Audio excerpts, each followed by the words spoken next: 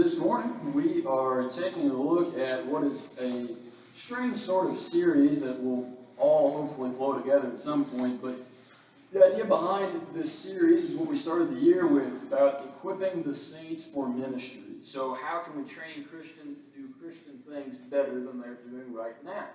And that's what we're going to examine as far as it is concerned with stewardship this morning, or managing what you have. And that's what we're going to be taking a look at. But this subject is always a little bit interesting to talk about, because let me ask you this. How would you feel if I don't know how I would have gotten access to this, but if I were to display your bank account on the screen behind me for everybody to see? What if everybody could see what you have saved for retirement? What if everybody could see what you have saved towards kids' college, or what you don't?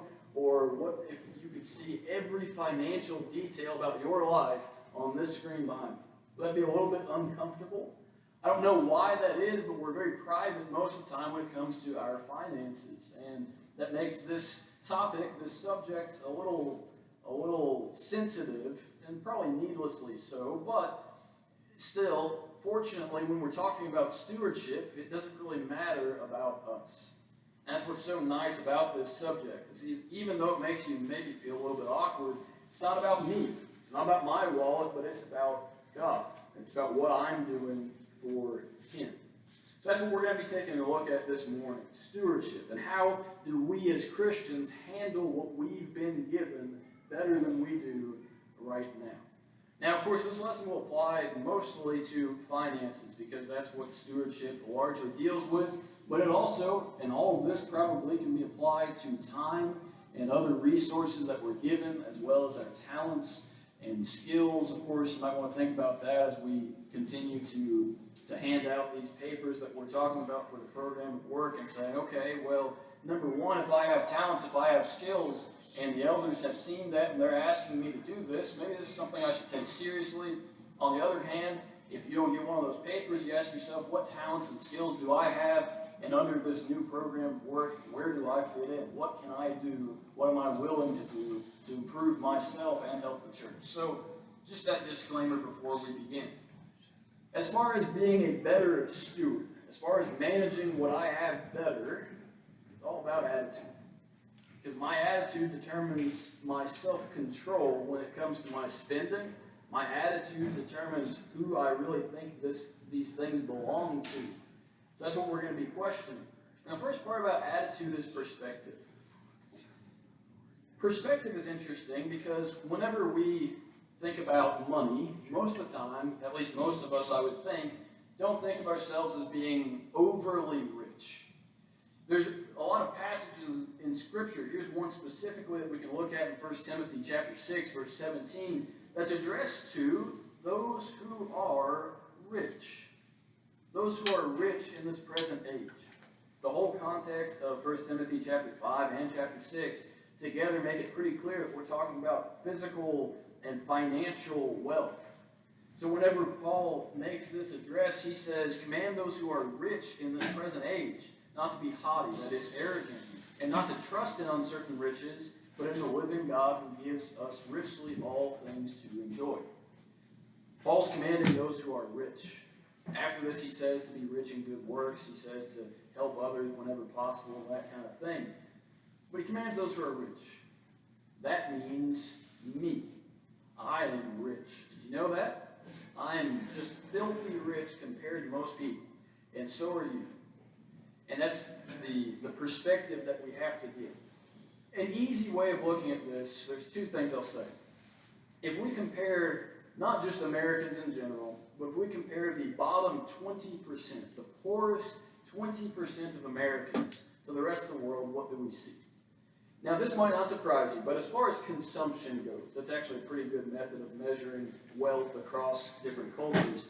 As far as what we consume, so even if it's just the poorest 20% of the United States, the poorest 20%, they consume 3 times the amount of goods as the developing world.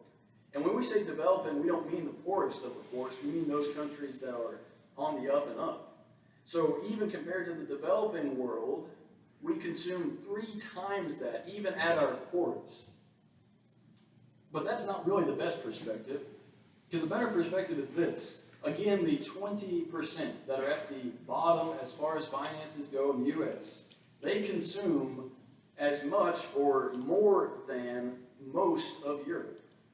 Now, if we compare ourselves even to a place that we think is maybe on par with us financially, it's something like 52%. But again, the poorest 20% of the United States consume more than half of what Europe does. Why is that? Because we're rich. We are quite rich, and when Paul says this, he's talking about you.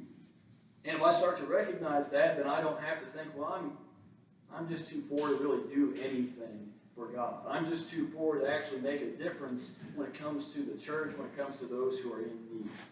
That's the first part of perspective. The second part comes from the parable of the talents.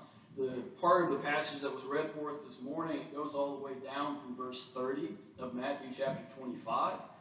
I've always liked this entire parable because it applies in a lot of different ways. Sometimes we talk about it as far as skill goes, talent goes, but it certainly applies first to money in the literal sense, but then second to spiritual blessing. And I think that's obviously Jesus' point with this. But it does apply in the literal sense to our finances and how we handle them. In verse 14 of the text, it says, "For the kingdom of heaven is like a man traveling to a far country, who called his own servants and delivered his goods to them." When we're talking about stewardship, this verse is important. It doesn't sound like it would be, but it is, because it says at the end that this master delivered the goods, his goods, to his servants. And if we go back to the original language and we look at what that means literally, the word that's translated delivered has a deeper meaning. It means to deliver something, to deliver to someone something to keep charge of, to use, but to manage, to take care of. So this master has not just left his servants with some things for them to spend in whatever way they want, but instead this master has left them with things that they are to take care of for him, to manage for him, so that he comes back and finds something better than he left it. And that's the purpose of what we're looking at when we're talking about stewardship, or us managing what God has given us. I don't think we spend enough time thinking about what that actually means in our lives. I don't think that we feel the full responsibility of managing what God has blessed us with. But that's what we do on a day-to-day basis. It's what we do on a month-to-month and a year-to-year basis. And we have a responsibility. When it comes to our attitude, if we look at ourselves as the servants in this parable, then it might be able to change our perspective on what we think we own. Because in this parable, are the servants the owners? No. Do they own 1 cent of what is given to them? Absolutely not. God is the owner. Whatever is in your bank account, God owns that. God owns the bank that it's in too. Whatever is in your garage, God owns that because he owns the garage and he owns the house too. And I know that obviously our names may be on a deed or on a lease, but in reality, God owns everything in the universe. Why do we have what we have? Because God has loaned it to us for a little while, but not to do whatever we want with it, but instead to take care of it and to leave it better than we found it.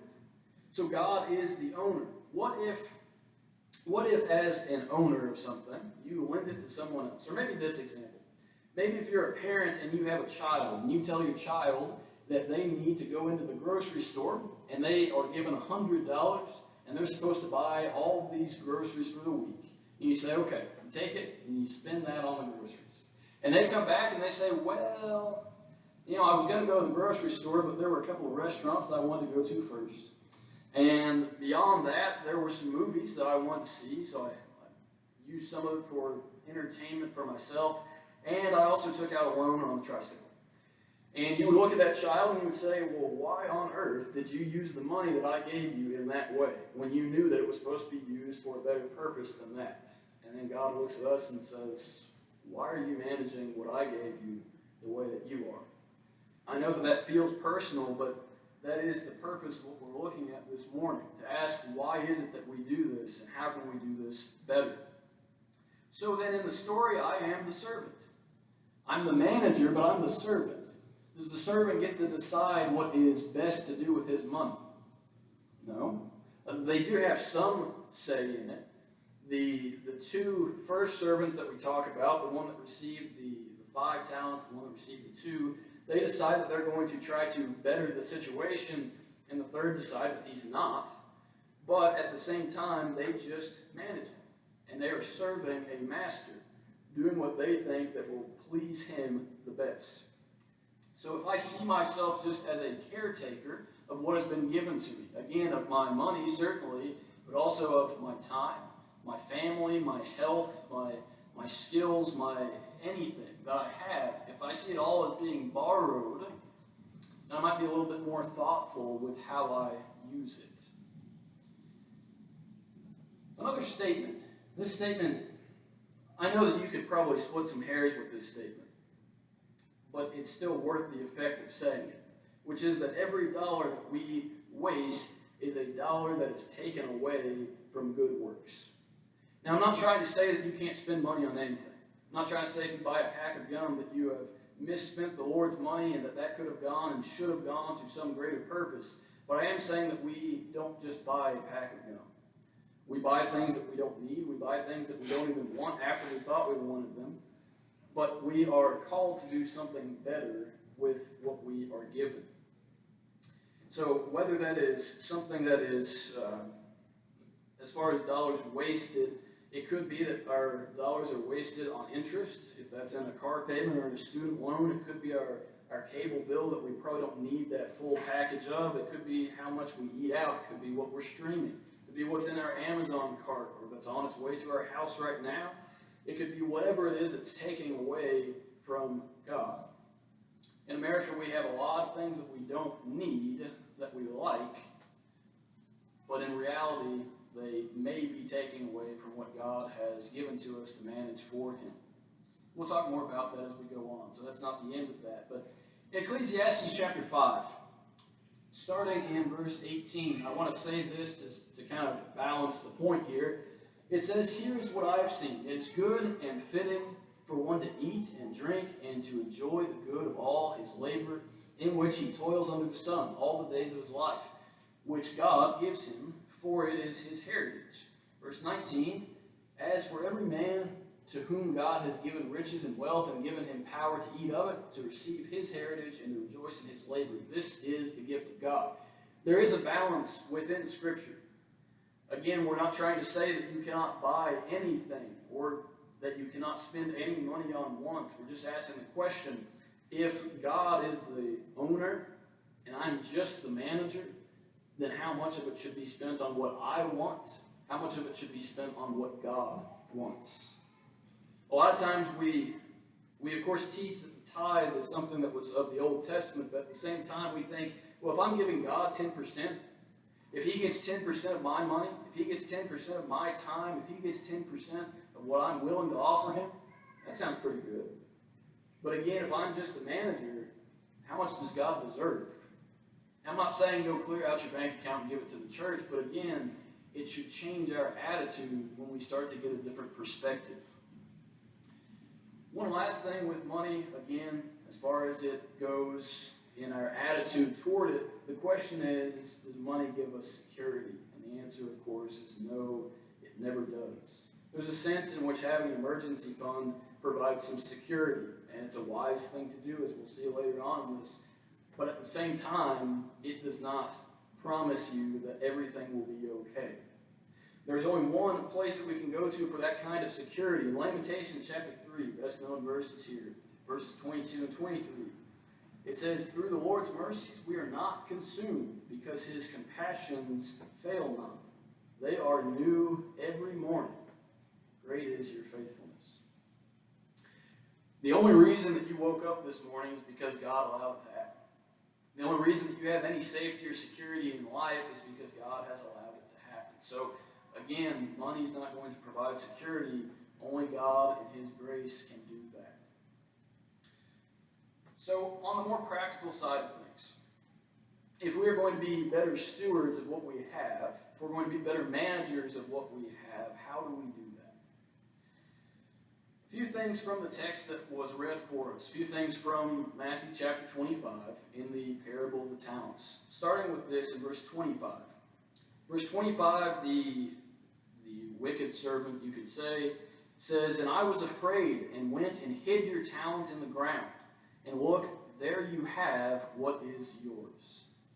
We have a duty as Christians not to squander, not to waste what has been given to us.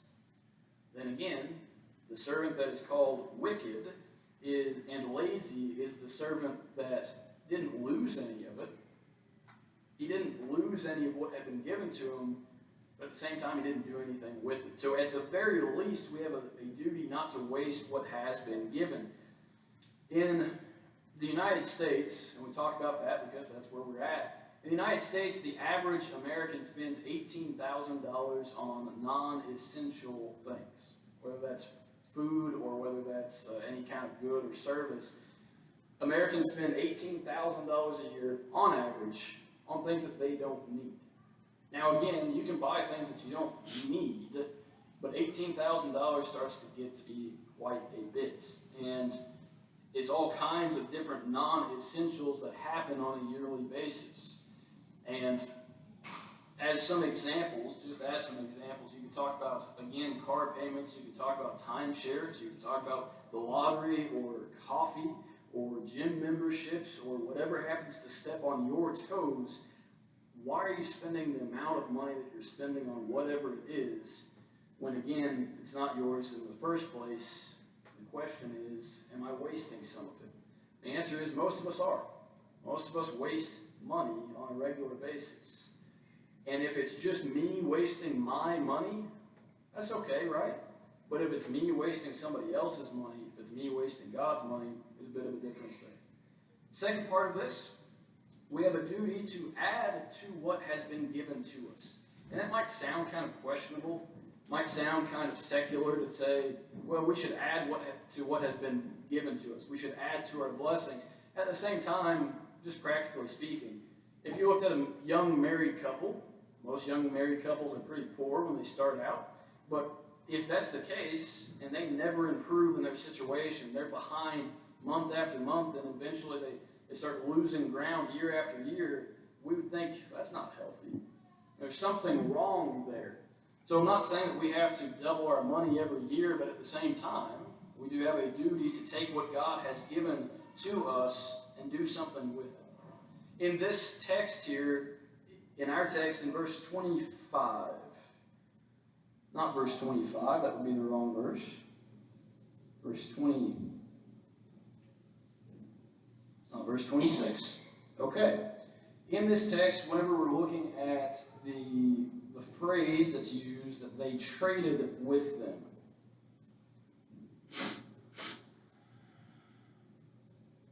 I thought I could find the text. Okay, verse 16. There it is. Not 26, but 16. It says, "Then he who had received the 5 talents went and traded with them, and made another 5 talents. A talent, of course, is a large sum of money in that day. It's quite a lot, and it's a weight in silver is what it's specifically talking about. But it says that this faithful servant went and he traded these talents, and as a result, made more talents. And maybe that's not very obvious to us what that means. But again, if we go back to the original language, it just means that he did business with these talents. He took this money and did business. He traded so that eventually he ends up with more. And again, the question, are Christians required to make more money? Not really. But at the same time, they are required to manage God's gifts well and to improve their situation if possible. Not for themselves, but for the sake of who they manage for and for the sake of others that they could help. Third thing, it says in the text here, in verse 15, it says, "And he gave to one 5 talents, to another 2, and to another 1, to each according to his own ability." And then he went on his journey. According to his ability. So God does not give everybody the same thing. As fair as that might seem, as equitable as that might seem, God knows better than we do. And apparently, in some sense, He gives us according to our ability. Again, if you go back to the original language and you look for a definition there, you'll find something like the capability of handling. So it's the ability that these people have to handle this in the first place, whatever it is that they've been given. And there's another definition actually that you can give, which is a moral power or a moral ability of the soul. So God gives to people based on what they can handle in a financial sense in some way, but he also gives people what they can handle in an emotional sense, in a moral sense, in a way talking about integrity. Why would God give someone money if they weren't able to manage it? You might say, well, he does give money to people that can't manage it. Then you look at those situations, and most of the time they end up losing it as a result of their own management of it. So the question then for Christians, for me and for you, is are we ready to receive more anyway? I'm not preaching any kind of prosperity gospel, but the text here is quite clear that God gives to those who have the ability to handle it. Why would God give to someone if he knew that they were going to waste it, if he knew that they were not going to be able to manage it in any successful way? So then, how do we become better at being a manager?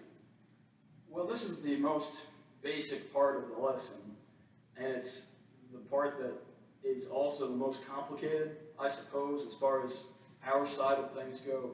But money is very simple. There are two sides to money. There's income and there's spending. And there's a very old phrase that nobody knows where it came from that says to spend less than you make. And money is that simple. Might mean you have to make more money to be able to do that, but it's that simple. But why is it so complicated? Because we're the ones handling it. Because we as humans are the ones that are involved in making the decisions. And a lot of times we don't have the self-control, we don't have the knowledge to be able to manage it in the way that it should be managed. Let me give you three things. And again, this is as simple as it gets because we don't have time to deal with the entirety of how to manage your money. Let me say three things. This first one sounds way too simple, but pray about money. Now, I don't mean pray for giant piles of money. I mean pray about the money that you are managing. Don't just pray that you'll get more of it. Pray that God will give you the wisdom to handle what you have right now.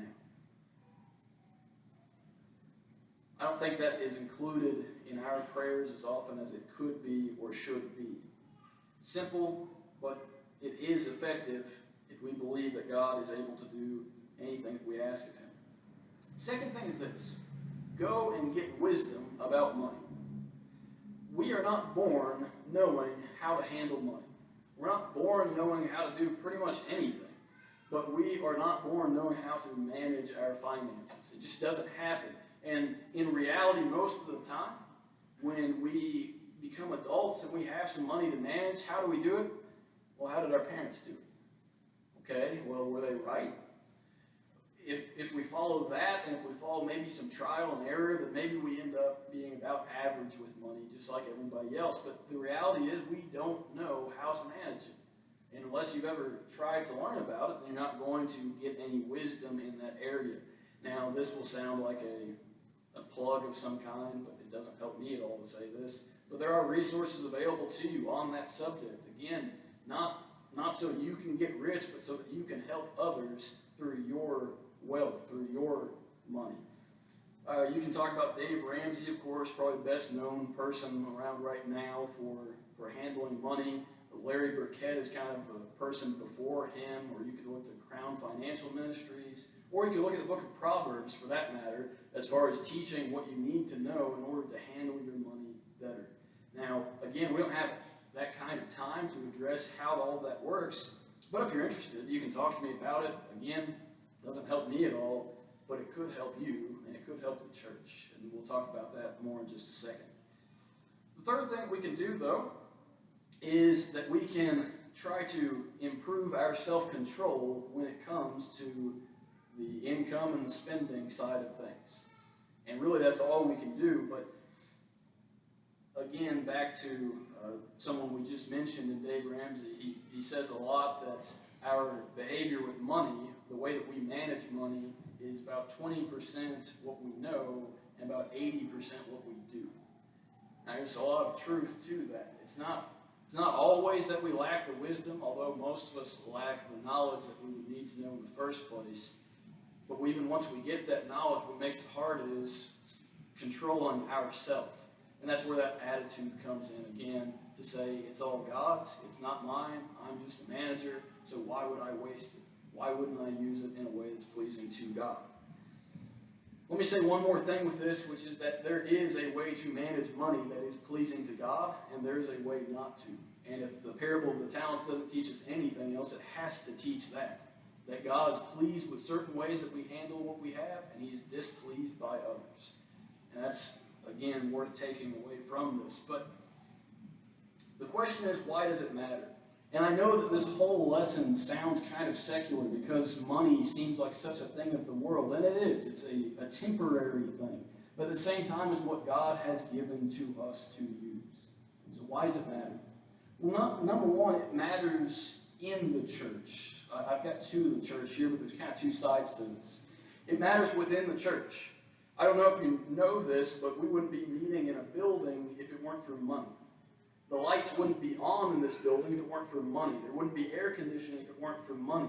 There wouldn't be a sound system if it weren't for money. So while it is a worldly thing, in some senses, it has to be used. And if it's not used by the people of God, who's it going to be used by? But it matters in the church, and it matters how the church spends its money. And it matters that the church holds the elderships of those congregations responsible for how they spend money. The elders, of course, will give an account of that anyway, but the congregation should be holding them accountable even now, asking the question of how the money is spent, because it is God's money on a church setting, just as it is in our individual lives. In another sense, we ask the question of, or we say, when answering this question of why does it matters to the church, and it matters to those that are in need. Let me give you an example here, and hopefully this is helpful. It really depends on your financial situation to how much money this sounds like, but $166 a month. That's a certain amount that it's probably possible that a lot of us could cut back in something and save that much a month. And maybe that sounds like a strain, maybe that sounds like no problem to you. I don't know. But it's possible. It's possible that if we realign our priorities financially, if we do some things to take care of ourselves, we could end up with $166 a month. Doesn't sound like a lot. Okay, so $166 doesn't sound like a ton of money. Over the course of a year, that's $2,000. Again, maybe that sounds like a lot of money. Maybe that doesn't sound like a lot of money, but what could you do to help somebody else if you had $2,000 extra sitting in your bank account? How many times does it happen that you know somebody in need? That somebody's behind on their rent, somebody has cancer and they have medical bills that they can't pay? How many times does it happen that you want to help somebody, but you can't do it? Again, $2,000 doesn't sound like a lot unless there's an opportunity in front of you to help somebody else. And then it sounds like the perfect amount to have ready to help them. And then the other side of that is this. Let's say there's 30 families here this morning. If each one of them saves $166 a month by not spending on what they shouldn't be, and if each one of them then in the course of 1 year has $2,000, then that's $60,000 that the church could be benefited by, that the work of God could be benefited by. What does $60,000 do? Maybe $166 a month isn't that much, but $60,000 makes a big difference in a community of this size in helping to spread the message of the gospel. So it matters in those ways. It also matters to you. It matters to you in the short term. Why? Because it's a wise thing to do. And it can have a lot of impact. In Proverbs chapter 21, verse 20, it says that there is desirable treasure, as in there are things stored up. And it says, and oil in the dwelling of the wise, but a foolish man squanders it. Same thing we've been talking about this morning. Wisdom saves, foolishness spends. And in this case, it's saying that in the house of the wise, there are things stored up. Why? Well, for different reasons. We save for long-term goals. We save for retirement. We save for kids' college. But we also save in the short term for emergencies. When an emergency comes to the house of the wise, it's okay. Why? Because they've already got their treasure stored up. They've already got their oil. They've already got all the things that they need when that disaster strikes. It can make a difference in the short term on how we manage our money, even within our own lives. But another side to this is that it matters in the long term. Again, maybe those long-term saving things that we should be doing. But on the other side of this, look at verse 19 in our text. In verse 19, it says, "After a long time, the Lord of those servants came and settled accounts with them." There's coming a day when God will come back to settle his accounts. That's kind of a scary prospect in a lot of ways. But there's coming a day when God will come back, a day of reckoning, when he will judge us based on the works that we've done in the body. We're told that time and time again in the New Testament. But somehow I think that whenever I've seen those passages, whenever we've looked at those passages, we think, God will judge me based on what I've done in the body, but not what I've done with my money. Is that true? God will judge us based on how we use what we've been given. And God has told some of these individuals that did well. He said in verse 23, "Enter into the joy of your Lord." We like to use that phrase, but he also said to somebody else that had the same opportunity, that was given the same opportunity, he says in verse 26, "You wicked and lazy servant, you knew that I reap where I have not sown and gather where I have not scattered seed. And so you ought to have done better than this." And he says in verse 30, "And you will be cast to the cast the unprofitable servant into the outer darkness, where there will be weeping and gnashing of teeth." Does it matter how we manage what God has given us? Absolutely. It matters in the short term. It matters to the church. It matters to those who are in need around us. And it matters to our souls. This morning, if you have looked at this parable this morning and hopefully seen the need that it prescribes to handle what you've been given in a godly way, this is a great time to make any changes that you need to in that sense. And again, certainly if you have any questions on the subject or need any more information, then feel free to ask, feel free to reach out for that, because we could all do better with what we have. At the same time, this parable also teaches not just about money. Certainly, that's not the entire point of the parable. It teaches also about our time, about our skills, but it teaches more than that about the gospel. We've all been given the gospel message. The question is, what will we do with it? And when God comes back to settle his accounts, what will he find? Where will we have benefited others by having been given the gospel? In Luke chapter 16, verse 11, it says, "Therefore, if you have not been faithful in the unrighteous mammon or wealth," is literally what it means, "who will commit to your trust the true riches?" God says, be faithful in what you've been given physically, so that you can be faithful in what you've been given spiritually. One more statement, we'll close. But with God and with this concept of stewardship, let me suggest to you that there is nothing sadder than entering heaven alone. What does that mean? It means that we have an opportunity. We were given at least one talent in receiving the gospel. For those of us who are already baptized, that means I've received the gospel, I've been saved. Am I going to multiply that gospel twofold? Am I going to bring someone with me to heaven? Am I going to multiply that fivefold? Will I have a whole group that follows me in because I received the gospel message and I shared it with them? Or will I enter heaven alone? This morning, if there's any way that we can help you to obey the gospel message, to share the gospel message, or to manage what God's given to you, we ask that you come forward now as we stand and as we sing.